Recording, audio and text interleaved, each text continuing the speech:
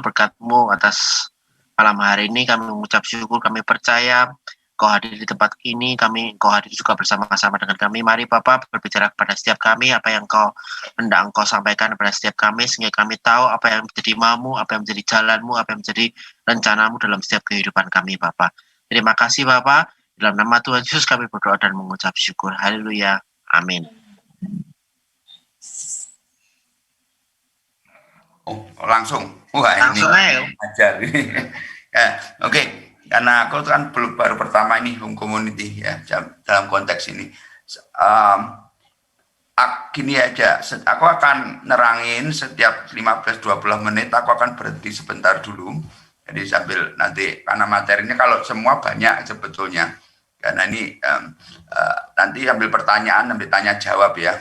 Lebih enak seperti itu daripada aku bentuk khotbah atau penyembahan. Sama kesaksian dulu lah, kesaksian awal pandemi itu, karena aku masuk rumah sakit tuh, mungkin Yogi udah tahu ada Ivan udah tahu enggak ya, aku kan sakit tuh, batuk empedu, sakit batuk empedu, tiba-tiba sakit, kemudian masuk rumah sakit dan dokter bilang harus diambil gitu. Bukan batunya saja, tapi empedunya harus diambil gitu, dipotong lah. Waktu itu aku langsung bicara, iya gitu, karena aku memang merasa harus masuk gitu, harus masuk, dan ini ada sesuatu yang baru gitu. Nah, singkat cerita, ketika dibuka perutku dibuka. Nah, itu ternyata ada batu yang kedua. Ada batu yang kedua, yang batunya itu kecil sekali gitu. Batunya itu kecil sekali, susah diambil gitu. Baru ketahuan setelah aku sadar tuh cerita itu. Tapi sebelum aku masuk di operasi itu, susternya bilang sama aku gitu, Pak berdoa gitu. Ini mau diinfus, mau di bius ya, mau di bius ya. Pendetanya suruh berdoa. ya saya juga berdoa gitu. Saya juga berdoa, akhirnya aku tanya sama Tuhan, doanya apa Tuhan? Tuhan suruh aku berdoa, itu aneh. Berdoanya itu, ke dalam tanganmu ku serahkan rohku, lah kan repot. Ku serahkan nyawaku lagi kan medeni mendoanya, ya sudah, mau disuruh Tuhan seperti itu, ya doanya Tuhan, ke dalam tanganku serahkan nyawaku gitu. Betul-betul aku masuk dalam dimensi yang baru gitu, dimensi ya near death experience, boleh dikatakan semacam itu ya. Ada satu near death. Itu pas hari itu kemudian ada COVID itu, lockdown Solo yang pertama kan dari Solo. Jadi ketika Solo mulai PSBB, bahwa lockdown itu semua yang mulai di situ. Nah ternyata batu kecilnya itu dibuka, tidak bisa diambil. Ya, batunya itu hanya bisa diambil kalau hatiku turun. Ya, hatiku turun, nurunkan hati kan tidak bisa. dokter nurunkan hati, mau diambil atau tidak kan bingung dokter ya. Tapi mujizat bisa turun, hatiku bisa turun sendiri, kemudian diambil batu kecilnya itu.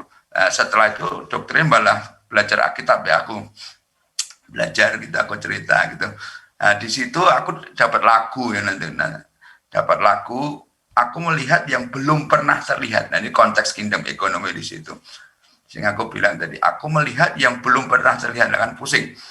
Kayak Daniel, di kitab Daniel katakan kan, Tuhan aku mau melihat itu, tapi Tuhan ngomong belum waktunya Daniel, belum waktunya gitu kan. Kemudian di Wahyu ada lagi si Rasul Yohanes bilang, Tuhan aku mau melihat, belum waktunya. Jadi ada yang belum dibuka dalam kitab kehidupan itu. Nah, tetapi waktu itu aku sense sesuatu, bahwa ada sesuatu yang harus sedang mau dibuka Tuhan, yang bukan hanya untuk masa pandemi, tapi memang ini yang dinanti-nantikan. Nah itu, nah tiba-tiba aku nangkap, dan sejak itu dalam 7 bulan terakhir, dengan cara Tuhan yang ajaib, Tuhan bawa aku itu bisa ke bangsa-bangsa lewat online, bukan hanya ke Indonesia, ke bahkan Libanon yang meledak kemarin, kemanapun dalam 7 bulan terakhir. Kayak semua dibuka dan dunia itu betul-betul bergerak luar biasa. Memang ada sesuatu yang berubah. Nah, sesuatu yang belum pernah lihat. Nah, kenapa kau harus dimulai dari kesaksian itu? Karena bicara tentang kingdom ekonomi itu bukan sesederhana bicara soal dunia usaha atau pelayanan gereja yang biasa. Ini suatu kalau aku nyebut paradigma itu terlalu manajemen ya. Sesuatu teologi ya, teologi yang betul-betul ya kayak Thomas Aquinas di tahun 500, para pemikir, para model Wesleyi, kalau yang di sisi sana, bahkan lebih jauh lagi ketika kita bicara tentang Israel, zamannya Israel itu di Kejadian itu ada 70 bangsa sejak Nuh, itu sampai apa sih maksud maunya Tuhan gitu untuk dunia ini. Ini aku bisa share ya, tolong Dian.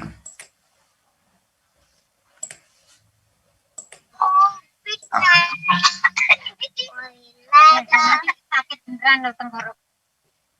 Kalau aku di-share ya, sebentar. Host. Pak hostnya siapa nih? Yogi, tolong Yok. Home community sama Yogi, bisa deh. Nah, thank you. Nah, ini gini ya, padahal ini 40 slide tak campur jadi satu, aku enggak mau ngutbah kafe 40 slide bisa petang jam. Cuma supaya aku tak kumpulkan aja supaya nanti bisa tak kirim, kalian bisa. Jadi kingdom ekonomi ini tak kasih nama pendeta itu supaya aku semakin sadar aku ki pendeta gitu. Kalau enggak sadar gitu. Ya. Di kanan ini ada ada kingdom family. Ya, kingdom family apostolic network ya, sebentar. Aku tak lasernya di mana ya? Ini laser pointer. Ini kita kingdom family, ini Betani. Jadi Pak An, saya Betani Masian. jadi saya memang Betani sekaligus kingdom family gitu. Oke. Nah, aku mau baca ini dulu. Baca ini. Untuk Yogi mungkin karena mamimu ada di Watchmeni, ini sebetulnya ayatnya Wesleyi juga di sini, juga ayat pokok. Kingdom ekonomi tidak hanya berbicara soal marketplace. Jadi kalau kita ngomong ekonomi, kepikirannya itu duit dan marketplace. Jadi kata-kata ini harus agak sulit kan. Tetapi secara lebih luas mencoba mengerti apa yang disebut economy of God. Economy of God itu apa? Ayatnya yang ada itu di 1 Timotius 1 ayat 3 dan 4. Tak baca dulu ya. Ketika aku hendak meneruskan perjalanan ke wilayah Makedonia, aku mendesak supaya engkau tinggal di Efesus dan menasihatkan orang-orang tertentu agar mereka jangan mengajarkan ajaran lain atau sibuk dengan dongeng dan sisilah yang tiada budi kudusnya, yang tidak hanya menghasilkan persoalan belaka dan bukan tertib hidup keselamatan yang diberikan Allah dalam iman. Nah, kata tertib hidup keselamatan ini dalam bahasa Inggris the administration of God. Nah, kata administration of God inilah dalam bahasa Yunani-nya disebut oikosnomos ya, ekonomi. Oikosnomos of theos, oikosnomos theos. Jadi itu istilah ekonomi yang pertama itu administrasi, tata suatu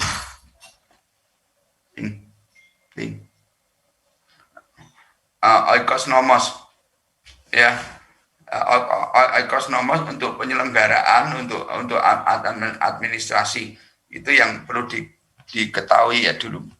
Jadi istilahnya di sana, jadi bukan, jangan ngomong soal bisnisnya toh, karena kalau kita ngomong ekonomi itu is not just a business, tapi teologi secara keseluruhan.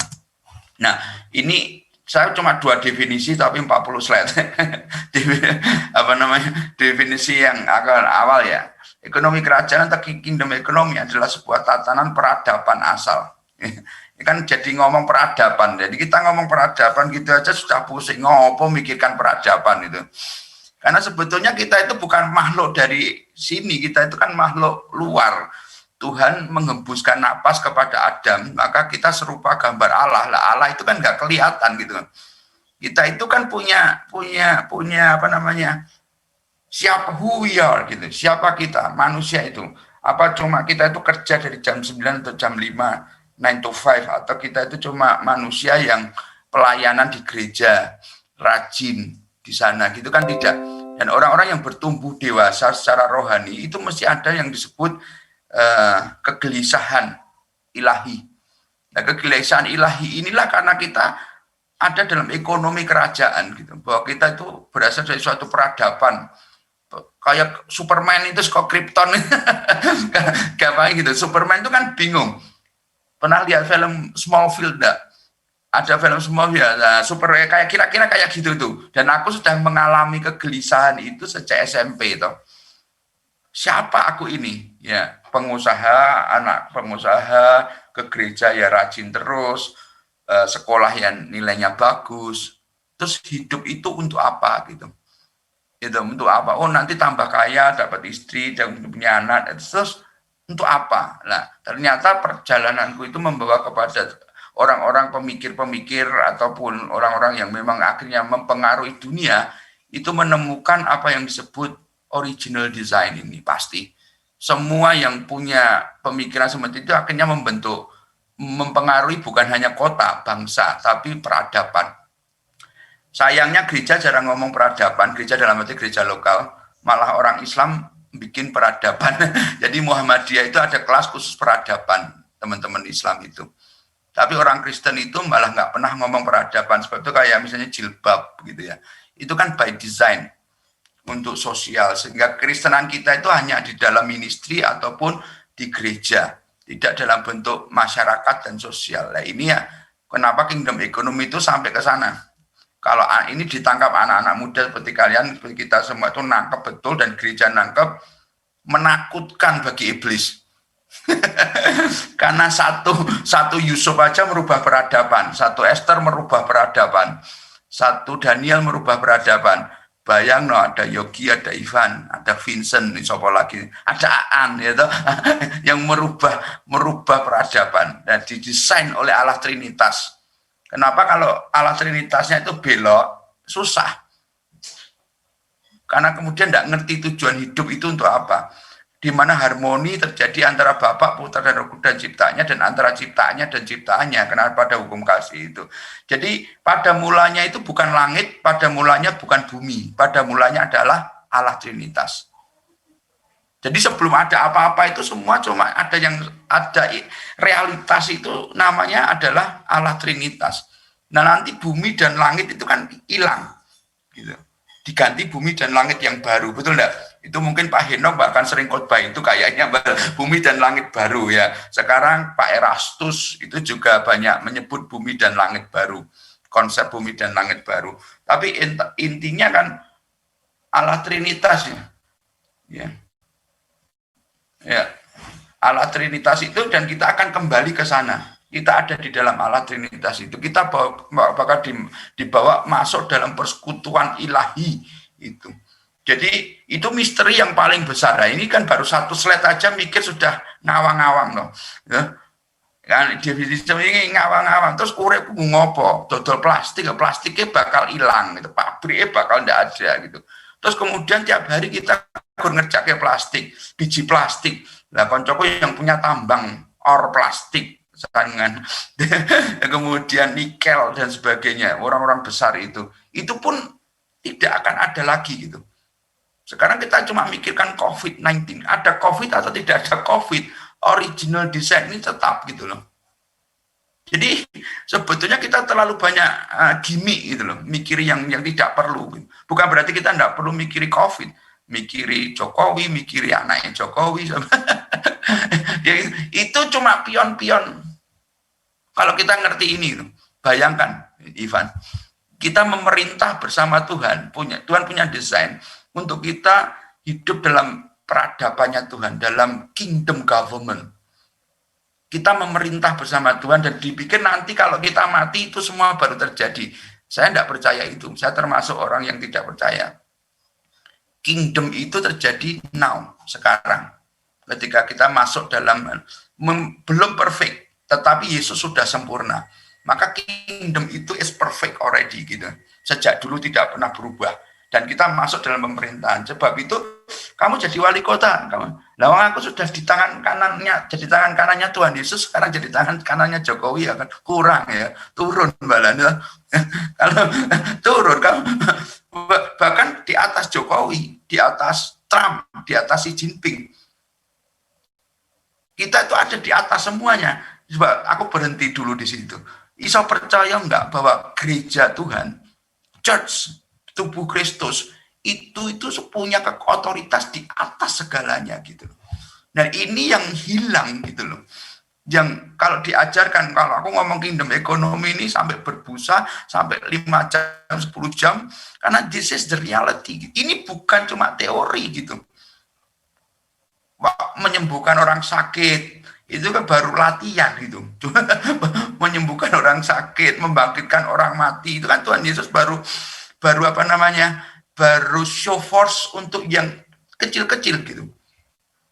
Tapi ini betul-betul kingdom as one gitu. Sebab itu kesatuan tubuh Kristus itu segalanya. Begitu tubuh Kristus ini jadi satu, dan itu bukan kesatuan visi, bukan kesatuan misi, tapi kesatuan roh. Nah, kesatuan roh ini hanya bisa dengan firman dan roh kudus sendiri. Dan ya, saya tidak mau ke kesatuan, nanti bisa panjang. Tapi ini baru definisi, urung apa-apa ya, baru definisi. Bapak. Nah, coba lihat di Efesus 3 sampai 8, saya baca bahasa Indonesianya dulu ya. Kepadaku yang paling hina di antara segala orang kudus. Ya. Ayat 8 ini aja sebetulnya proses Paulus, dia ngomong 3 kali, mungkin aku di Jombang pernah nyebut sekali itu waktu kebaktian. Pertama kali, aku paling hina di antara para rasul. Ini yang kedua, aku paling hina di antara orang kudus. Sebelum mati di Timotius dia ngomong, aku paling hina di antara orang berdosa. Dia ngomong 3 kali berubah Paulus itu. Berarti apa? Paulus itu semakin hari semakin merendahkan diri. Benar? Semakin hari dia semakin ngerti dia itu nothing. Kenapa? Karena dia semakin mengerti apa yang disebut kekayaan Kristus. Wah, yang tidak terduga, bahasa Inggrisnya itu unfathomable. Unfathomable riches of Christ. Nah, nangkep tuh, misteri. Untuk menyatakan apa isi tugas penyelenggaraan. Nah, ini administration, ini oikosnomos juga, ekonomi. Untuk menyelenggarakan ekonomi dari misteri yang telah berabad-abad sembunyi dalam Allah yang menciptakan segala sesuatu. Coba kata-katanya itu kan penuh luar biasa gitu loh, kata-katanya. Bahwa kita itu gereja Tuhan, anak-anak Tuhan, itu memegang suatu otoritas untuk memanajemen, oikosnomos ya, untuk menyelenggarakan semua rencana Tuhan yang tersembunyi di muka bumi. Nah, ini luar biasa loh. Kalau kita kemudian cuma mikirin masalah pelayanan, masalah bisnis lagi sulit, itu kan terlalu kecil. It's too small gitu loh. Maksudnya ya untuk jiwa baru ya oke, ini kan home community, orang-orang luar biasa. Kalau untuk jiwa baru yang baru percaya Yesus Tuhan ya aku ngomong gini ya, stres gitu. Ini aku dalam konteks orang yang sedang haus dan lapar untuk ngerti Tuhan siapa dan untuk destiny of life, supaya sekarang oleh jemaat diberitakan pelbagai ragam hikmat Allah. Bahasa Inggrisnya manifold wisdom of God. Bayangkan, aku dapat ini manifold wisdom of God, itu artinya ada hikmat Tuhan dari berbagai macam dimensi. Aku terjemahkannya, kamu bisa IT, kamu bisa musik, kamu bisa bisnis. Itu luar biasa tuh. Tuhan ngomong, aku sediakan semua kebijakan ini. Kepandian, knowledge, wisdomnya aku serahkan ke dalam tangan anak-anakku. Jadi kamu itu punya semuanya di dalam Yesus. Ya bayangkan, di dalam Yesus kekayaan Kristus itu tersedia itu semua. Dan itulah yang disebut eternal purpose, atau yang disebut maksud abadi yang dilaksanakan dalam Yesus Kristus.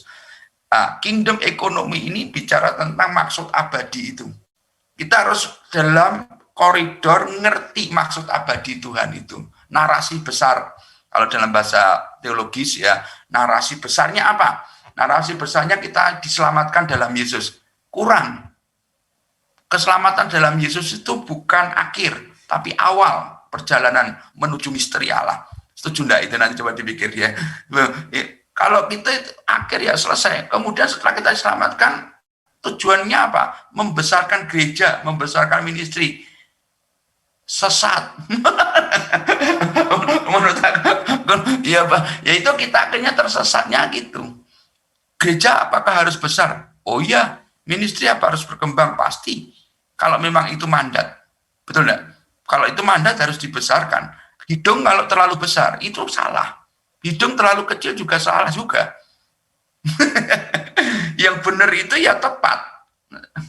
Tepat itu yang betul. Enggak besar, enggak kecil. Yohanes Pembaptis itu enggak punya murid. Muridnya pindah ke Tuhan Yesus semua. Tapi Tuhan ngomong tidak ada yang lebih besar dari Yohanes Pembaptis. Betul enggak? Yeremia itu tidak ada yang percaya sama dia. Tapi dia nabi yang luar biasa. Sampai ratapan gitu. Tapi ada juga Ninowe dimenangkan oleh nabi yang berengkele ya. Nabi Yunus yang berengkele tapi dia menangkan satu kota. Ada Petrus yang menyangkal malah berkhotbah 3.000 orang. Kalau dalam konteks kita, kok jadi mega church, ini malah pelayanan kecil gitu. Nah, pelayanan kecil atau pelayanan besar, bisnis besar atau bisnis kecil itu sebetulnya bukan jadi parameter atau patokan kita di dalam maksud abadi Tuhan gitu. Patokannya bukan besar kecil, sukses atau gagal, bukan itu. Tapi kita harus menemukan Tuhan maunya apa secara gambar besar. Kingdom economy ini mempelajari itu. Be made known through the church. Jadi Tuhan itu melalui gerejanya, kita itu tubuh Kristus itu menyatakan manifold wisdom. Bayangkan kalau ini terjadi. Kalau ini terjadi itu tiba-tiba Jombang Indonesia. Kenapa waktu itu Yusuf itu jadi nomor satunya Mesir toh? Jadi nomor satunya Mesir karena dan Mesir itu nomor satunya dunia. Bayangkan dari penjara dia menguasai dunia. Jadi kalau aku bilang sekarang tujuanmu apa kok nih? Ya dunia. Lah kok terlalu besar? Ya tidak terlalu besar, itu maunya Tuhan. Jadikan semua bangsa gitu. Jadi tidak ada pemikiran. Cuma bukan berarti semua bangsa tak lebok ke Betani Solo Baru ya, bukan itu maksudnya. Kemudian memberkati bangsa-bangsa bukan berarti kita jadi gereja yang paling besar, juga bukan itu juga gitu. Itu yang harus terus dicari dan tapi gambar besarnya semacam itu. Semoga bisa dapat ya. Nah, ini ada ayat bagus ya. Sebab Tuhan ialah hakim, yudikatif atau hakim, judge. Dialah memberi hukum legislatif. Tuhan itulah raja, eksekutif. Dia yang akan menyelamatkan kita. Yesaya 33 ayat 22. Jadi dia itu legislatif, eksekutif, dan yudikatif. Pemerintahan Tuhan itu. Jadi semua Tuhan toh. Kita apa? Ya kita itu aku paling berdosa dari antara orang berdosa. Jadi sebelum ngomong yang lain, kingdom economy itu ngomong, we are nothing gitu loh. Pendeta apapun, sebesar apapun, teolog sebesar apapun, we are nothing. Kenapa? Thomas Aquinas itu nulis pemikir Katolik ya. Waktu itu kan cuma ada Katolik, jangan dipikir Thomas Aquinas Katolik kemudian sesat, tidak dibaca bukunya. Lah kabeh ndek nonone Katolik ya. Jadi jangan dipikir semua Katolik itu. Trinitasnya Katolik itu malah sama persis dengan kita. Malah semua formulasinya dari Katolik. Yohanes itu malah nggak percaya karena dianggap itu yang bikin orang Katolik gitu loh. Jadi kita sama Katolik jangan terlalu bermusuhan lah. Ya, maksudnya dalam konteks itu kan tidak. Kalau mariologinya apa gitu ya juga beda ya. Tapi kalau Allahnya sama. Nah, legislatif, eksekutif, judicial itu semuanya Tuhan. Everything is God. Berarti itu kan seperti kata Martin Luther. Dia menemukan ternyata aku berdosa. Calvin ternyata total depravity. Aku tidak bisa apa-apa. Aku lahir dalam kandungan ibuku sudah berdosa gitu. Nah sebetulnya kalau kita ngerti ini aja belum tak lanjutkan, melayani Tuhan jadi lebih beda gitu. Kenapa? Kita ngerti ada gambar, ada tujuan peradaban yang luar biasa, dan kita itu sebetulnya nggak layak untuk di situ, tapi dilayakkan Tuhan untuk ikut dalam rencana besar Tuhan. Lah kono kemaken semua gitu. Oke, Yesus mati dan bangkit untuk supaya kita bisa ikut dalam eternal purpose, maksud abadi Tuhan. Kingdom economy itu melayakkan kita wong Jombang, wong Solo, wong desa, wong Sugih, wong New York, wong Afrika, segala suku, kaum, bangsa dan bahasa. Wahyu 7 ayat 9. Untuk maksud Tuhan yang besar itu, kita dibawa Tuhan ke situ. Nah, sekarang kita kalau nggak honor, menghormati, itu gimana? Dia hakimnya, hukumnya juga dia. It's all God. Pada mulanya adalah Allah, pada mulanya adalah firman. Semuanya hanya Tuhan. Cuma itu aja, home community ya Tuhan.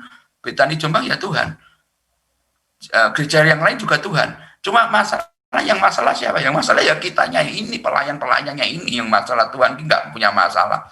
Yang punya masalah itu kita belum menemukan posisi, belum menemukan bagian kita di mana bisnis kita pun kan banyak tuduhan-tuduhan misalnya di teologi kita, teologi kemakmuran itu.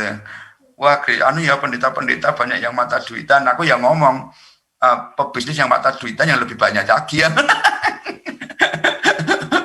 Jadi jangan menyerang salah satu pendeta yang bejat banyak, pebisnis yang bejat ya lebih banyak lagi gitu kan. Jadi bukan masalah pendeta yang salah atau pebisnis yang salah, tapi kita bagiannya kita di mana gitu. Kita melakukan bagian kita dalam maksud abadi Tuhan tidak. Nah, itu. Nah, ini mulai masuk yang lebih aku berkata the wealth of ikatlah persahabatan dengan menggunakan mamon yang tidak jujur.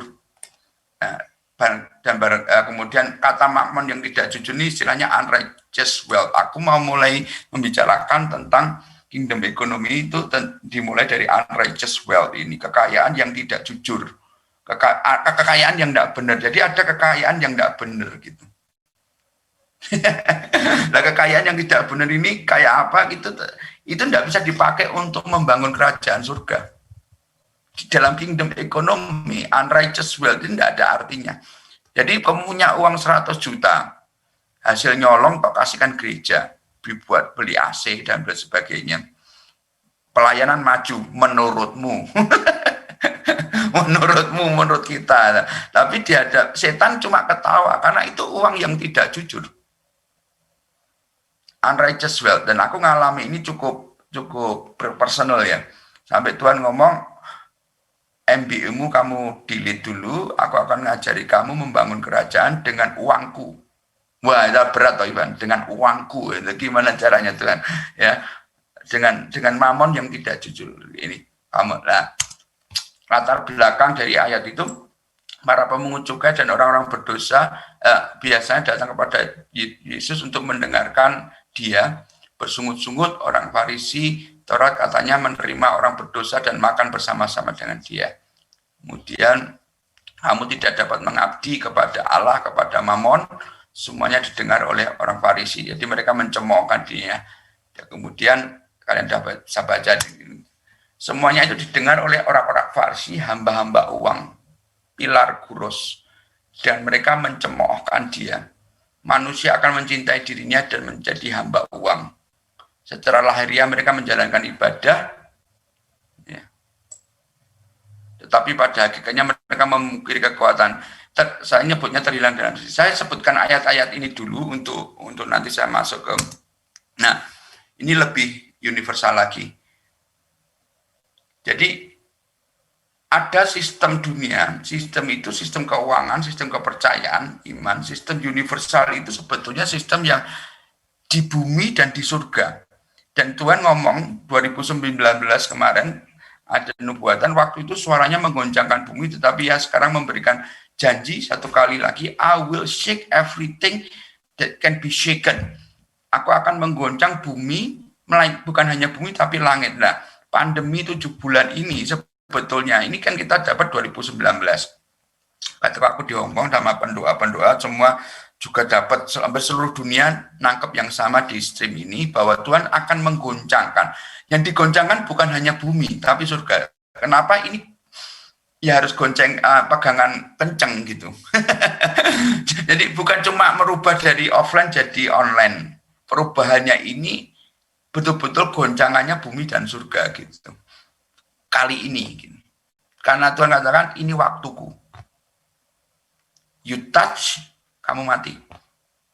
Itu tantangannya cukup besar di situ. Nah, kenapa? Aku sedang menginstall my system kingdom economy, a new version. Dalam konteks kingdom economy. Nah, ini kita harus mengerti ini. Karena ini operating sistemnya mau baru, lah, aplikasi kita jadi nggak jalan semua yang tadi ngomong-ngomong di awal tadi aku ngomong. Karena Tuhan sedang ubah operating system semuanya. Tiba-tiba gereja besar kan kosong semua nih. Tiba-tiba mal-mal kosong, gereja mal menangis, perpuluhan berkurang, persembahan berkurang, semua berkurang, semua gereja pusing. Semua pusing. Tapi di saat ministry, bukan hanya gereja, jemaatnya juga pusing. Tapi di saat semacam ini, pertama kali kita melihat, para leader melihat, bagaimana tubuh Kristus bersatu. Belum pernah terjadi mungkin dalam beberapa puluh abad terakhir. Kesatuan tubuh Kristus itu bergerak dengan sangat cepat. Luar biasa. Kenapa? Karena ini waktunya Tuhan. Hampir semua level, Mike Bickle ngerti enggak ya, Mike Bickle itu dari House of Prayer, Kansas, kemudian alignment dengan Revive Israel, kemudian alignment dengan Family Journey David Demian, dengan Asher Intrater, Francis Chan, kemudian dari Protestan pun, semua Zoom bersama-sama hamba-hamba Tuhan, berdoa kota, berdoa bangsa, The Blessing Nations, itulah lagu-lagu The Blessing itu muncul semua gereja di seluruh dunia. Kenapa? Karena waktunya Tuhan. Jadi gereja Tuhan, ministry apapun, saya sarankan untuk menyelaraskan diri dengan rencana Tuhan, apa yang sedang dikerjakan Tuhan. Kalau tidak, wassalamualaikum warahmatullahi wabarakatuh. Dan setelah itu saya ngomong inna lillahi wa inna ilaihi rajiun. Sudah selesai. Karena apa? Tuhan ngomong, kali ini waktuku. Berkali-kali saya ingatkan banyak orang, sudah kali ini musuhmu bukan denominasi, bukan ketua sinode. Pak Alex, kalau di sudut Betani ya, Pak Alex, Pak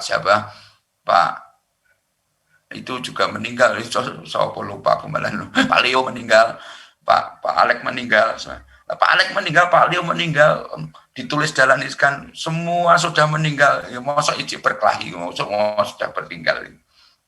Kalau dipikirkan Tuhan, istilahnya kadang-kadang takut kita akan Tuhan itu terlalu kecil, bahwa Tuhan itu pada mulanya adalah Tuhan.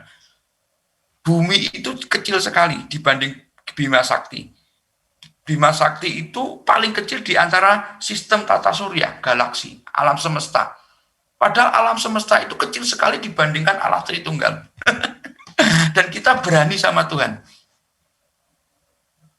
Keren toh, manusia itu. Keranjingan. Manusia itu, aku bilang, gue ini keterlaluan. Kalau aku memang penakut. Aku takut sama Tuhan. Nah, menurut aku banyak yang berani. Wah, nyawa ini sumuk. Aku bilang nyawamu sumuk. Nyawamu sumuk. Tuhan kok dilawan gitu. Karena ini nanti sistem keuangan digoncang, sistem kepercayaan kita digoncang, bumi dan surga digoncang. Ini Rick Riding yang bilang, this is the time when evil system collapse. April 23, 2020. Tahun ini. Lah kalau bisnismu termasuk evil system ya bar. Nek gerejamu termasuk evil system ya bar. Ministrimu, wah buktinya kok tambah naik, belum waktunya aja, ambiar. Gitu. Pasti yang kamu lawan, yang kita lawan sekarang arusnya Tuhan gitu. Pasti ambiar, enggak mungkin tidak. Ya kalau aku introspeksi diri, aku juga orang Betani, aku selalu bicara kalau dalam sistem kepercayaan, ngomong jujur aja padanya. Kenapa aku masih di Betani? Aku yakin Betani bisa dikembalikan Tuhan, tapi harus ada pertobatan bersama-sama. Karena apa? Karena memang salah gitu loh. Tapi salah tidak menghilangkan panggilan kan? Kesalahan tidak menghilangkan panggilan gitu. Tapi kalau tidak ada pengakuan, tidak ada pertobatan, ya selesailah kita gitu. Selesailah kita. Bisnis, sekarang bisnis orang besarnya kayak apa, bisnis kayaknya kayak apa, bukan kalau bisnisnya yang nggak jatuh, orangnya sakit COVID mati. Ya memang salah satu pilihan aja gitu. Dan kita bisa terjadi apapun, dan kali ini enggak bisa. Nah, inilah waktu pengadilan Tuhan. Ini ayat yang kita dapat, Allah berdiri dalam sidang Allah, ilahi antara Allah yang God takes his stand in his. Nah, kalau Tuhan sudah ngomong gini rodok medeni yo. God takes his stand gitu. Kowe cak padu apa piye gitu. Ya gitu wae, cak gelut Tuhan gelut to kono. Cak gelut Tuhan ya gelutan, aku ndak mau gitu. Nah, sistem Mamon tadi adikos Mamonos dalam kingdom tidak dapat dipergunakan untuk membangun peradaban kerajaan. Sebab itu semua adik kos Mamonas sudah sedang dan akan digoncang Tuhan. COVID-19 itu sebetulnya akarnya adalah Tuhan sedang menggoncang dasar dari ekonomi dunia yang berdasarkan mamon. Kenapa Tuhan ngomong kamu pilih mamon sama aku? Jadi bukan masalah virusnya ini. Virus itu cuma front end. Pertempurannya bukan masalah liturgi tadi, Iwan. Tapi gereja itu mamon atau bukan.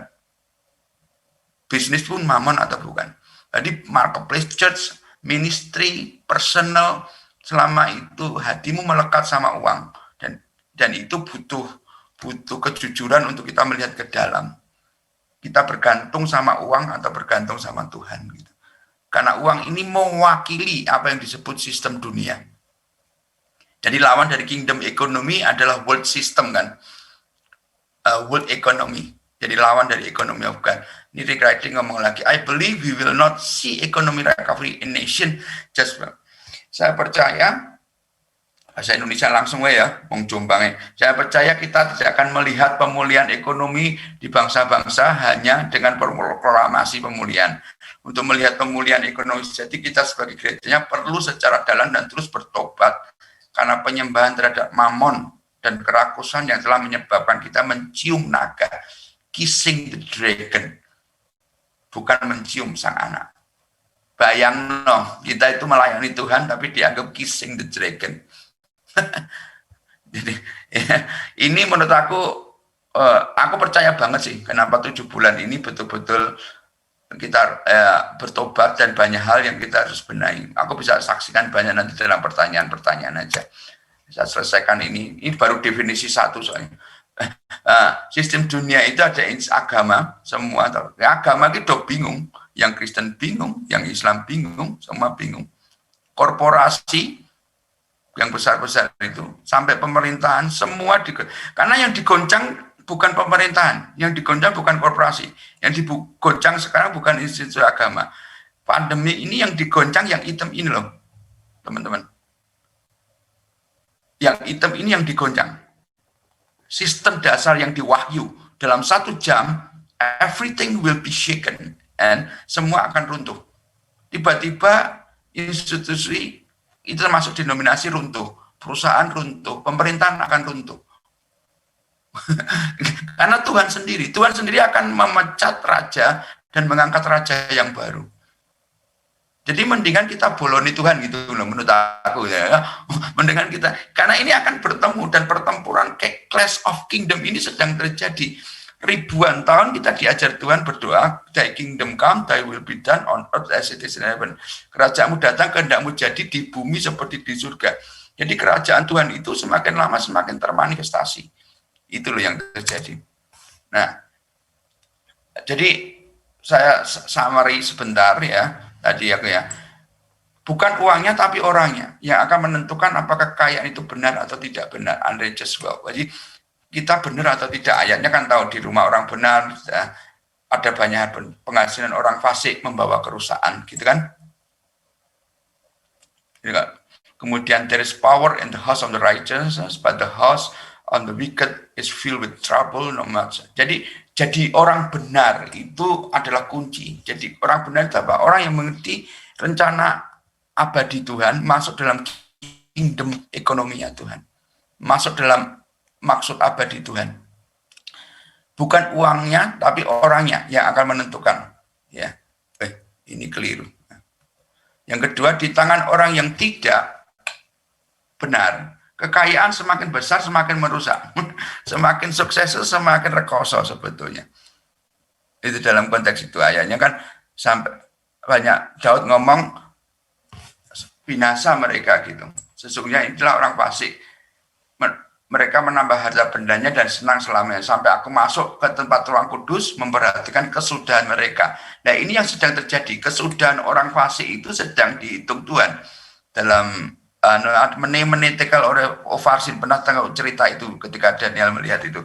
Sedang dihitung kamu itu. Kita semua dihitung, digoncang Tuhan. Yang tinggal itu yang tidak tergoncangkan. Jadi jangan main-main. Jadi kekayaan semakin besar itu semakin sulit. Jangan kepengen kaya. kepengenlah bener ya. Ingin kaya itu salah.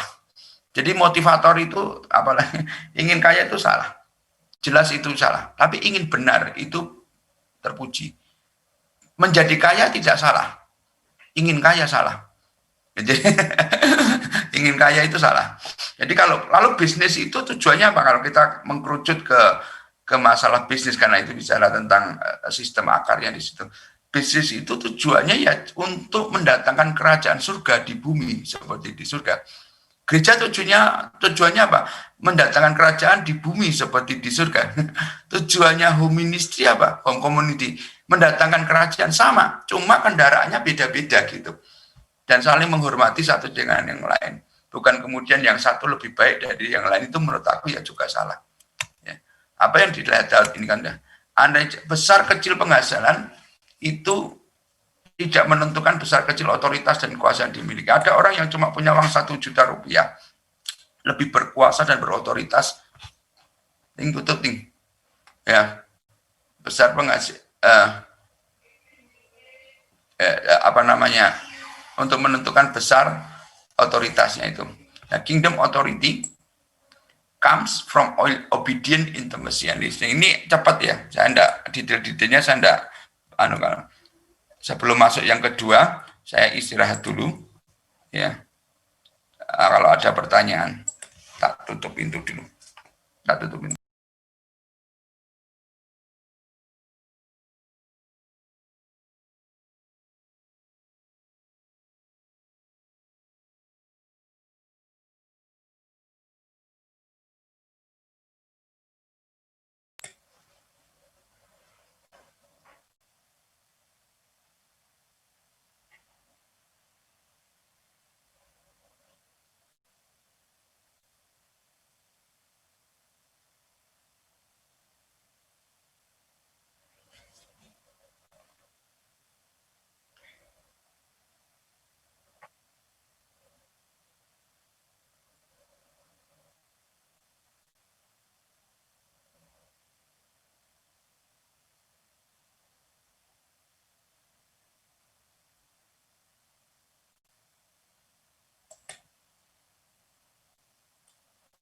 Ya, dalam bahasa Jombang mungkin ya seperti itu.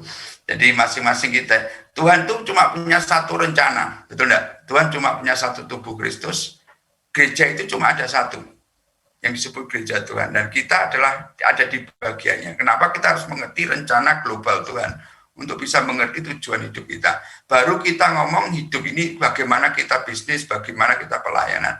Dan seringkali kita ya bukan males, kita nggak pernah diajar bahwa itu yang terpenting gitu. Berarti ikut Tuhan itu kan kita dibaptiskan dalam tubuh Kristus. Seharusnya kita ngerti dulu the eternal purpose dari Tuhan itu apa. Kembali sebetulnya dalam konteks bahasa kecil, panggilan hidup, redemptive destiny. Itu kita itu mau apa? Kenapa itu ke Jombang? Ya karena istrinya di sana. Itu kan kadang-kadang kita hidup mengalir seperti itu aja, dan tentunya ada maksud kenapa kamu di Jombang gitu kan. Kenapa Tuhan bawa kamu dari Solo ke Jombang? Kenapa kamu juga dilahirkan di Jombang, keluarga Ivan gitu misalnya. Kenapa kamu ada di gereja ini, di gereja itu, kan semua itu harus diselaraskan. Kalau tidak, hidup itu untuk apa? Justru saya mau tanya balik, tidak usah ngomong teoritis. Kalau nggak ngerti itu, kemudian home community ini ngapain kumpul-kumpul gitu loh. Habisin waktu, tenaga, pulsa. Tujuannya kan aku kesini. Kalau aku tujuannya apa? Menceritakan ini. Tuhan punya rencana buat kalian. Rencananya ini kalian tidak sendiri. Ada aku, ada teman keluargaku di Singapura, di Malaysia, keluarga kita bersama. Bahkan bukan ini, Paulus, Petrus itu keluarga kita. Family in heaven and earth. Papi saya di surga itu nggak nganggur ya, tapi dia berdoa syafaat untuk kita bersama di dalam Yesus. Kalau ditanya orang mati ada di mana? Di sebelah kanan Allah Bapa. Kok bisa? Nah Yesus kan di sebelah kanan Allah Bapa. Orang mati kan di dalam Yesus. Lah kalau kamu di luar Yesus, lah itu mungkin sebelah kiri atau sebelah bawah gitu kan. Nah aku nggak ngerti. Tapi kalau di dalam Yesus ya di sebelah kanan Allah Bapa tuh. Kita ada di situ memerintah bumi dan surga. Cuma dia nggak bisa lagi cawe-cawe. Cuma bisa doakan anakku, doakan apakah Itu yang saya percaya ada bisa. Jadi kingdom ekonomi ini, pemerintahan Allah ini tidak sekedar teori. Hari ini pun terjadi karena Tuhan memerintah bumi dan surga. Dan surga itu nggak kosong tiap hari. Tiap hari itu ada pengadilan. Iblis tiap hari nuduh Ivan, nuduh kamu semua. Court of Heaven itu tidak pernah tutup tiap hari. Dia penuduh seperti singa. Ini peperangan tiap hari. Nah, emangnya tiba-tiba COVID mati rat. Ya biarpun matinya segitu ya, banyak, tidak sebanyak Spanish flu, tetapi itu kan roh kematian. Roh maut. Tiba-tiba Donald Trump kena COVID, pertempuran di situ. Kita akan Jombang hubungannya apa dengan Donald Trump? Kamu mendoakan Donald Trump ya? Siapa yang bisa nangis untuk Donald Trump? Tidak bisa toh. Tidak usah nangis Donald Trump. Nangis so buat Jombang. Susah juga toh. Tapi kalau hatinya Yesus, ya Yesus cinta Ivan, Yesus cinta Aan, Yesus cinta Feli dan sebagainya. Tapi kita bukan segalanya. Masih banyak jutaan miliaran yang cinta Tuhan gitu loh. Nah kita ini siapa gitu loh. Itu dalam konteks ekonomi saya mau bawa itu dulu gitu. Sebelum kita ngomong detail yang banyak itu kita itu siapa sampai kita itu tidak mau menempatkan diri dalam the eternal purpose of God. Itu kita masuk dalam ekonominya Tuhan, bukan ekonominya dunia. Nah setelah itu kita ngomong soal uang, soal apa itu dalam konteks kingdom ekonomi. Jangan itu kayak dua sistem, Macintosh atau Apple atau Microsoft gitu. Tinggal kamu pilih gitu. Nggak bisa salah dua itu nggak bisa, harus salah satu. Salah dua terus gimana? Untuk nol, salah satu aja cukup. Ya gitu kira-kira. Ya mungkin ini agak abstrak, jadi pertanyaannya juga agak sulit. Orang yang tidak biasa berpikir filosofis atau apa. Tetapi saya memang bagianku di situ menggoncang otak dan iman gitu. Untuk orang berpikir hidupku untuk apa gitu. Apalagi kamu di bisnis. Kalau kita ngomong di marketplace, apalagi kalau kamu tidak seperti ini, pusaranya luar biasa. Contoh ya, kalau kesaksian mulai ke situ kalau untuk tanya kalau di bisnis, Yogi paling ngerti lah, saudara. 2008 aku nyoba dengan uang sendiri. Kemudian Tuhan 2008 ngomong, kamu tidak boleh pakai uang bank. Pokoknya menang gue melayani Tuhan lagi piye meneh. Ya setahun itu aku nggak kemana-mana, cuma berdoa. Bayangkan anakku si Ting Ting itu setahun itu cuma jalan kaki kemana-mana, jalan kaki intimate worship setahun. 9 September 2009 doa membalikan keadaan dulu sama Petrus Agung, aku sempat ikut doa bareng juga. Ya kemudian bulan 10 aku dikasih orang 600 juta tanpa bunga, tanpa apa untuk bangun SMI. Itu 2010 Maret soft opening. Tahun ini 10 tahun kemarin meeting loh. Pandemi kan sulit ini SMI. Ya, uang yang sudah berputar di SMI bukan uangku loh. Sejak dia tak jawab ngetika itu duitku, aku nganggo dhewe ra iso, nganggo duit bank ndak iso. Aku tidak mengeluarkan 1 rupiah pun. Bayangkan Iwan, tidak mengeluarkan 1 rupiah pun, tapi uang yang dipakai untuk SMI sekarang mungkin sudah berapa puluh M gitu. Lagi dihitung semua. Bukan aset ya, bukan aset. SMI ya masih goodwill aja. Tapi gedung yang dipakai, alat yang dipakai, semua itu dengan cara Tuhan sendiri. Itu puluhan M. Kemudian di situ aku berpikir, masa aku tidak percaya gitu. Sudah melihat sebelumnya, masa aku tidak percaya. Tapi beda, angel. Sampai hari ini pun masih angel karena kamu tidak pegang asetnya tuh. Kamu cuma kayak berjalan di atas air setiap hari. Bayang. Dan setiap kali aku pendeta, bayang no, sama investor sama apa, aku pendeta. Tuhan ngomongnya gini, piye Van, bicara bisnis kayak gitu. Susah. Nah ini aku lagi mau rilis sekolah programming yang dulu 11 tahun tak kandung, 10 tahun. Nah kayak gitu gimana? Itu kan aku tidak mikirin untuk aku gitu loh. Tuhan, ini Tuhan maunya apa? Ini orang bisa dipercaya semua di dalam sini atau ada pengintip. Bisa. Nah, jadi tujuannya itu apa? Tujuannya aku sedang dibawa Tuhan. Ternyata SNI itu untuk membangun satu sistem untuk aku bawa ke Timur Tengah untuk misi. Nah, Tuhan sedang bukakan Turki sekarang. Nah, kakak kayak dongeng karena aku cerita kayak gunung. Cuma duduk di pinggir ini, di pinggir pojokan rumah dengan komputer, gerakin mouse kiri kanan, kemudian sedang menyiapkan master plan. Ini tiba-tiba buka Manowari ke Bentot Kalimantan, ini mau ke Manado, Tanjung Balai. Kemudian minggu depan ngurusi Ambon. Itu gimana caranya coba? Karena cuma punya hati untuk apa? Untuk menghidupi eternal purpose dari Tuhan sejak dulu. Dan ternyata Tuhan bawa ke situ. Tapi kalau kamu hati aja enggak punya, bayang no. Dan enggak percaya rencana Tuhan itu, dan Tuhan mau membawa kemana ya akhirnya muter-muter untuk di situ toh. Ya, muter-muter hanya arahnya cuma di sana toh. Untuk akhirnya cuma permasalahan pelayanan istri, ya rodok ketok rohani sedikit, ngurusi Tritunggal gitu ya. Kemudian itu bukan ya itu belajar, aku ya belajar, kita belajar semua, tapi mandatnya itu selesai. Mungkin kalau nanti tak ada Yohanes 17 ayat 4 itu loh. Akan lagi sudah selesai bikin 1 seri, 2 seri. Nanti kalau bukunya jadi bisa hidup dalam mandat ilahi. Jadi mungkin Yohanes 17 ayat 4 itu apa? Yohanes 17 ayat 4 ya. Aku telah mempermuliakan Tuhan sebuah tak share sebentar supaya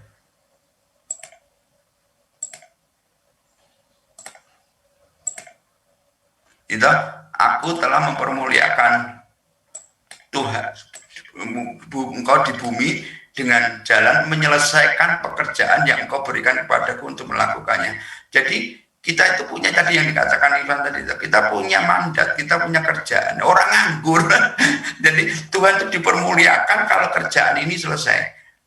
Bukan nyanyi, mempermuliakan Tuhan itu bukan nyanyi. Jadi dipikir karena mari kita muliakan Tuhan, beri tepuk tangan buat Tuhan. Nah, kerjaan rampung. Nah, ada yang kerjaannya pendeta, ada kerjaannya pebisnis, ada kerja. Ya kamu jadi suami ya kerjakan kesuamianmu dengan baik. Kamu jadi bapak, kerjakan. Jadi ini ayat pokok pelayananku di sini, hidup dalam mandat ilahi. Jadi ya, mandat ilahi ini semua yang di dalam Yesus, itu terkoneksi. Jadi kenal atau tidak kenal, percaya atau tidak percaya, kita makan tubuh dan darah yang sama, kita itu sedulur. Kita itu keluarga gitu. Nah, masalahnya iblis tidak mengizinkan atau tidak pengen kita melihat itu sebagai gambaran utuh. Lah, pengajaran tentang kingdom economy ini tuh mulai memperlihatkan kita itu part of the one kingdom, one economy, kita part of one mandate, kita bagian dari satu tujuan ilahi yang besar. Nah, sekarang hidupmu apa? Ayo kita masukkan dari rencana Tuhan yang besar itu. Oke, gitu. Itu udah jam 9 loh. Gitu toh aja udah jam 9 aku. Ada pertanyaan lagi, Ra? Yang lain ada yang mau bertanya? Yogi. Boleh, kok. Aku mau tanya ya. Tadi kan bilangnya kan kalau jadi satu itu bukan satu visi, satu misi. Nah, kalau bukan satu visi, satu misi itu kan tadi bilangnya satu roh. Itu kan abstrak banget toh. Ya, memang itu abstrak kok. Jadi gini, kalau maksudnya kalau enggak satu misalkan satu aliran atau satu denominasi terus akhirnya kan visinya punya misi sendiri, terus yang satu apanya gitu loh maksudnya. Abstraknya tadi aku itu pertanyaan yang aku melontarkan hampir semua tanya dan hampir semua bingung ya, karena itu profetik banget. Jadi jantung sama hati sama paru-paru itu misinya beda-beda, tapi mereka satu. Itu maksudnya saling melengkapi. Culture yang menyatukan itu adalah mandat ilahi ini. Jadi kalau nggak ngerti mandat ilahi, nggak mengerti apa namanya eternal purpose, pasti nggak bisa align jadi satu. Pasti enggak. Kalau maksudnya gini, satu kesatuan visi ya, kesatuan visi. Ivan sama Yogi sama ada kamu satu visi di home community ini. Tiba-tiba Ivan Yogi padu.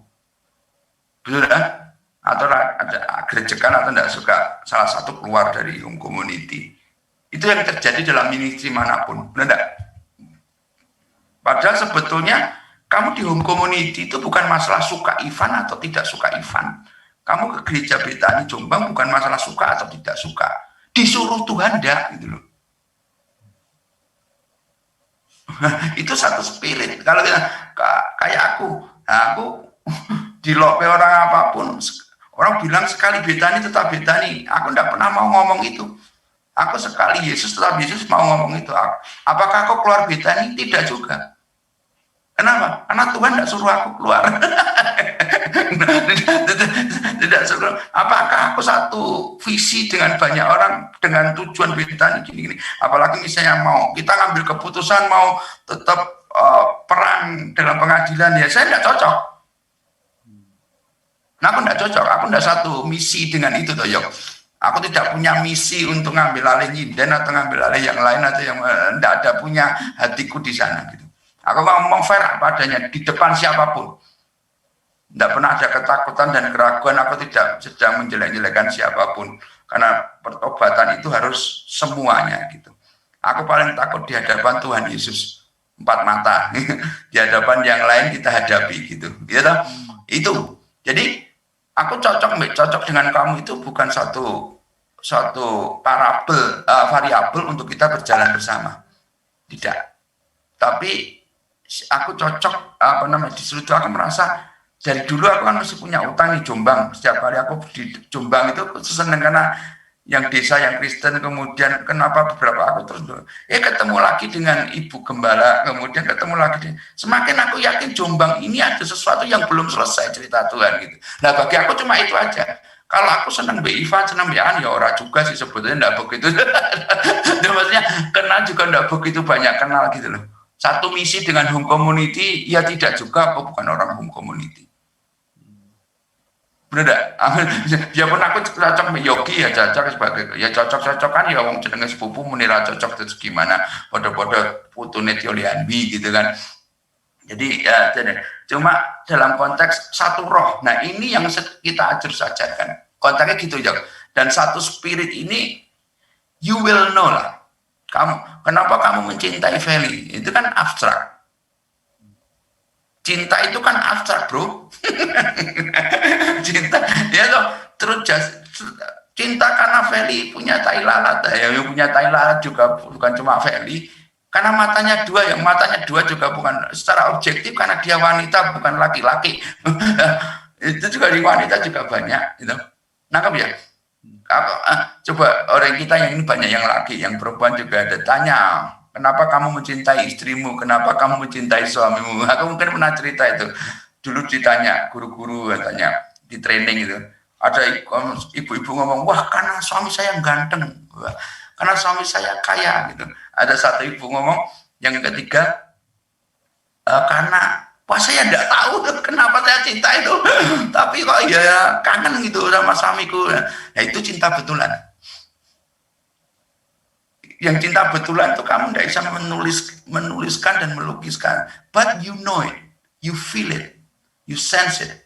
Kenapa Paulus itu ngomong pikiran dan perasaan Kristus. Jadi seperti ini aku kan punya sense, oh Ivan ini seperti ini, aku makan atau ajak makan pagi itu, oh Aan itu seperti ini, aku pernah ngomong beberapa kali gitu, aku ada di sini, oh seperti ini, oh aku bisa sense toh, aku ada di sini, oh aku kalau kerjasama di sini kemungkinan cocok, kalau kerjasama Ivan untuk seperti ini mungkin tidak cocok kalau karena dia arahnya mau ke sana gitu kan. Ya, itu kan seperti itu, aku punya sense untuk bisa merasakan itu semua, untuk jadi satu roh itu ya memang yang harus Tuhan sendiri. Itu harus Tuhan sendiri dan kita punya sense itu. Dan bagian kita itu bukan kita yang menentukan, Tuhan yang menentukan. Dipikir itu bukan cita-cita.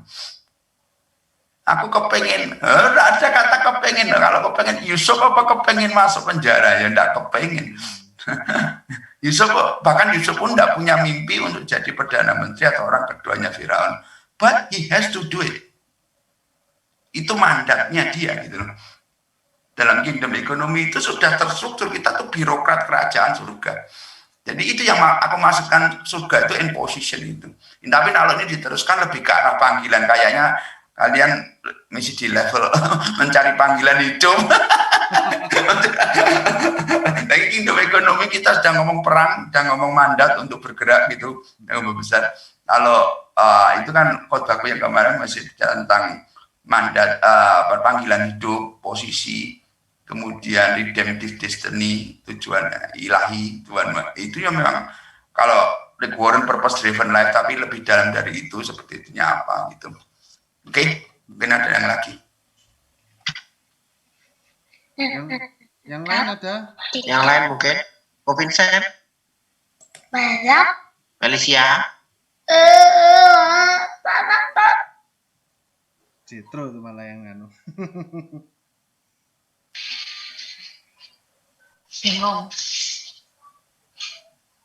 Bingung. Berarti sing ngajar ora cetha. Bukan, sudah kelamaan sekolah online. Kayaknya itu sudah nggak mudeng. Yang penting bagaimana cara mengajari anak secara efek. Misalnya nggak? Kami. Kayak apa namanya? Memang cara berpikirku mungkin agak abstrak. Dimasukkan dulu ke dalam otak, direnungkan. Harus baca ulang. Kayak misalnya anakku itu waktu SD kan sudah tak kasih HP, semuanya orang nggak boleh. Ini begitu dia online ya, dan satu semester ini kan dia ngambil di SMP.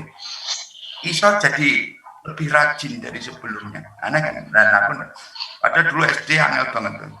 Karena begitu dia menemukan yang dia inginkan.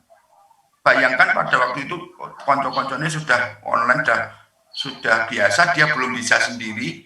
WA, Instagram aja enggak punya, dia akan minder gitu kan. Karena ketinggalan posisi dengan teman-temannya yang lain. Nah, kita itu harus mengerti ini musim apa, musim Tuhannya apa gitu. Harus segera. Nah, musim Tuhannya itu kita ikuti semua, dan itu enggak. Ya, terus terang aku bilang akan sulit sekali melakukan perubahan yang radikal ini. Kalau kita ngomongin itu. Tapi begitu kamu ngerti, kenapa aku yakin gitu kan. Kayak Ivan sekarang itu kan cara berpikirnya ya mirip aku ya mirip binatang yang sama gitu. Binatang yang sama itu membutuhkan waktu aku aja 15-20 tahun ya. Nah, tak pikir-pikir apa Peter bilang itu, aku mikir seperti ini sejak umur 20-an. Sudah wakil gembala itu umur 21 tahun. Bayang no. Jadi aku sudah kayak gini gitu. Tapi kenapa nunggu waktu demikian lama untuk aku betul-betul bisa melakukan semua yang aku inginkan. Tapi begitu pintu itu dibuka, betul-betul literally bangsa-bangsa itu dikasihkan Tuhan. Sekarang ini. Padahal gereja kita bukan gereja yang terbesar. Tiba-tiba Daniel Panji, Dani Mulia, sama bapak-bapak rohani itu telepon ke aku gitu. Kalau aku boleh kesaksian ya bukan. Tapi bertahun-tahun aku itu mencari ini. Kenapa misalnya aku sama SMCC gitu kan. Ada waktu excellent itu kan sama tapi tidak serupa tapi tidak sama gitu. Ya serupa Budi kan serupa tapi tidak sama. Ya karena mandatnya beda gitu.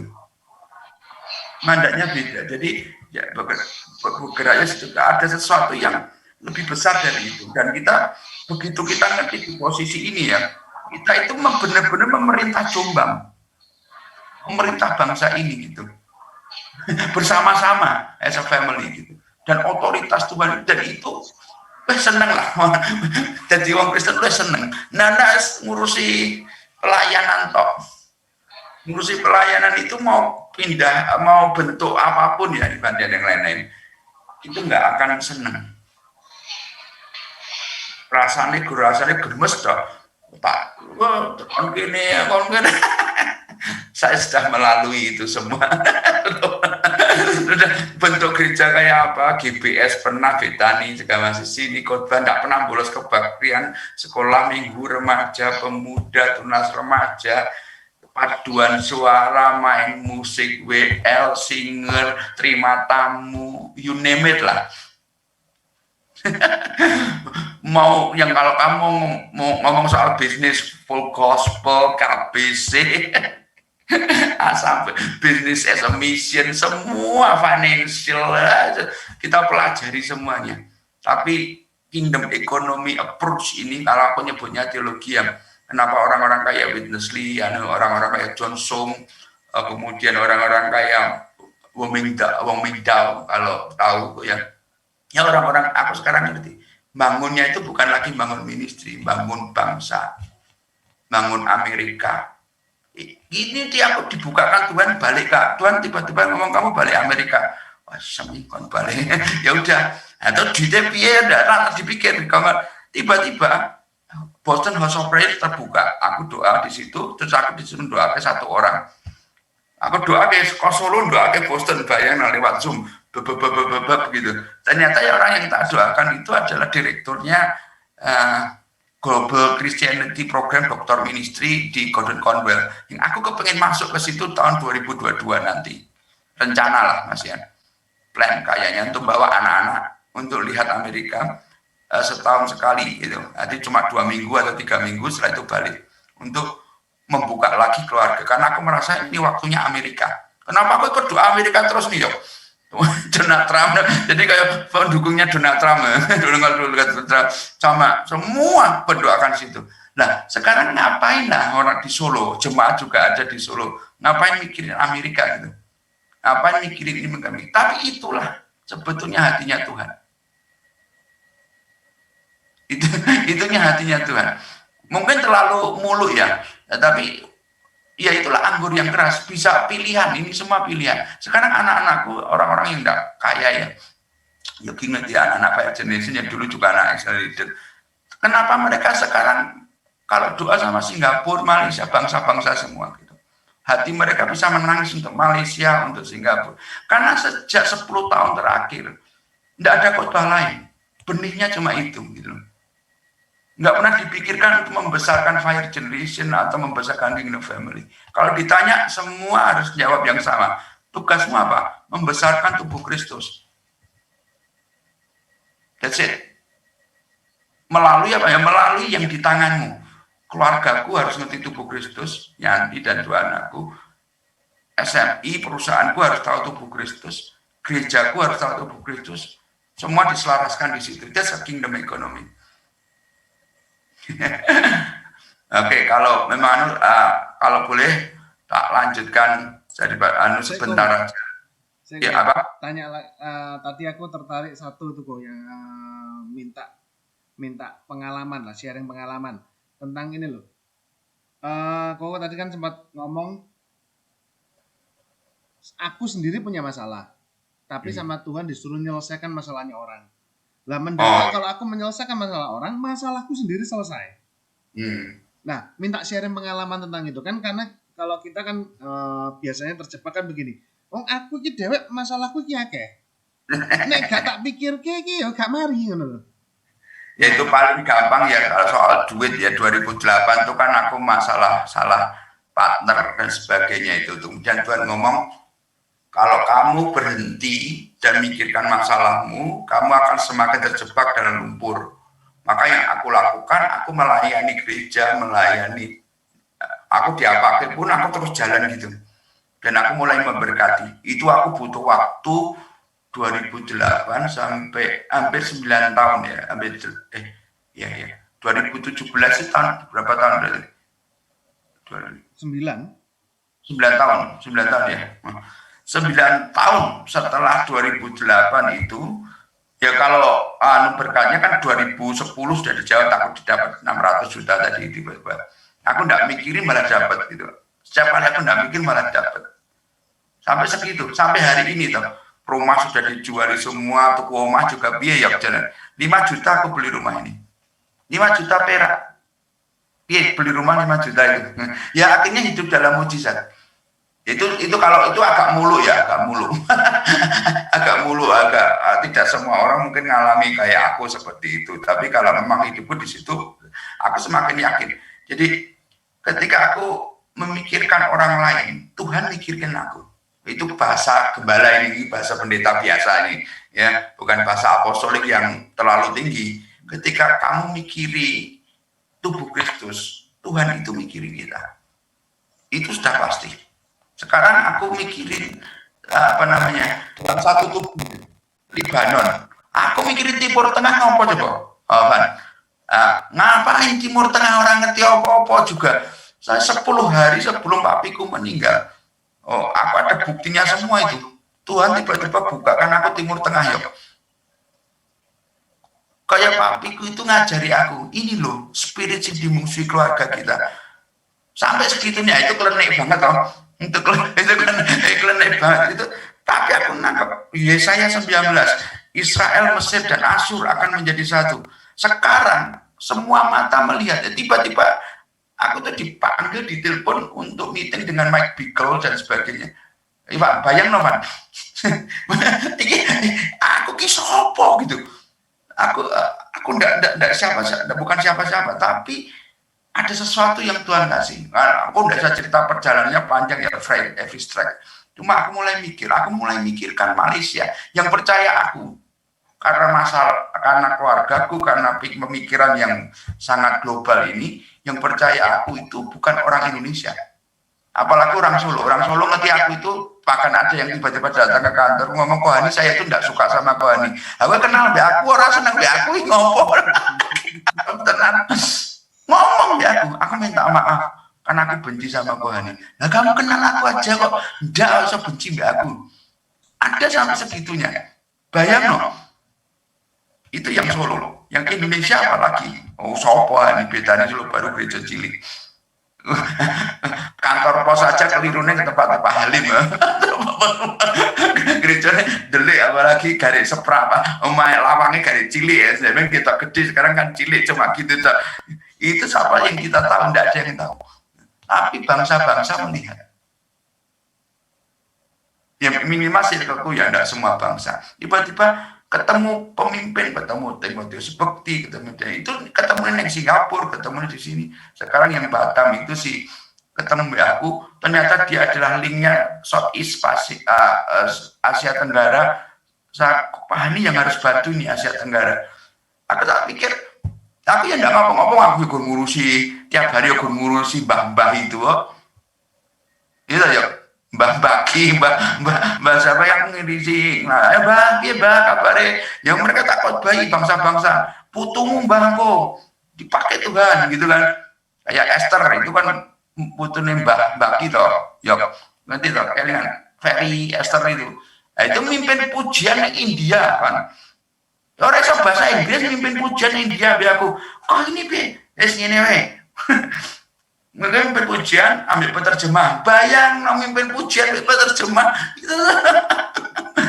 Tapi di situ karena aku enggak mikir ya, kita yang di tangan diberkati, Tuhan yang angkat, Tuhan enggak pernah berutang. Kalau bahasanya orang GPD IGBS zaman dulu toh, kita melayani gereja, doa pagi, itu kamu setia di situ, ya Tuhan mesti ngerti. Kalau aku sih seperti itu, apa yang di tangan kerjakan yang terbaik gitu aja. Biarpun kadang aku juga enggak cocok gitu. Kadang aku juga enggak ngerti juga gitu. Seperti itu Tuhan. Cuma senseku aku harus nolong dia gitu aja. Ya itu dalam konteks itu memang karena your breakthrough is my breakthrough. Kayak Ruth sama Naomi. Your nation is my nation. Your God is my God. Tuhanmu adalah Tuhanku, bangsamu adalah bangsaku. Betul enggak? Kamu sama istrimu tak keplak, kowe sing anyel. Gitu? Istrimu tak kayak duit, kowe melu seneng. Gitu? Anakmu, anaknya keplak, ceklak, wah, apa-apa, keplak aneh, gitu, bapak edan, enggak mungkin. Anakmu sakit, kamu ikut sakit. Betul enggak? Nah, itu yang enggak pernah kita praktekkan dalam kita bergereja atau berkeluarga dalam Kristus. Tiba-tiba aku ditelepon orang di Singapura, Pastor Henny, how are you? Gitu. Kenapa? I'm praying, I see your face. Gitu. Terus kemudian aku lihat wajahmu, aku kok pengen cuma kirim uang untuk kamu makan malam. Gitu. Aneh banget. Itu kirim ide. Jadi ngirim uang, betul-betul ngirim uang ke Singapura ya enggak gede, ya enggak kecil, ya cukup untuk makan malam. Ya makan malamnya Singapura di sini kan jadi makan mewah. Makan betul. Itu salah satu contoh. Kita cuma mereka dengar aku memperhatikan anak-anak, hidupi anak-anak itu, aku menjalani anak-anak. Aku enggak pernah mikir yang lainnya, Tuhan suruh jalan gitu dong. Akhirnya yaitu hidupku bukannya aku lagi, tapi Yesus yang dalamku. Aku tidak punya kepentingan yang lain. Hidup adalah Kristus, walau mati sebuah keuntungan. Ya kalau basic value-nya memang dari sana aku ngajari itu aja, semua jemaat bisa keluar. Nah itu betul-betul, karena betul-betul no interest untuk diri sendiri. Bahkan Yesus itu demi kita, dia mati untuk kita. Kalau kita ngomong salib itu, dia tidak ada kepentingan untuk mati, dan itu tidak ada kepentingannya dia. Ya, tapi kepentingan kita gitu. Ya itu terobosan. Oke, kok. Terima kasih. Mungkin lain kali kita sambung lagi.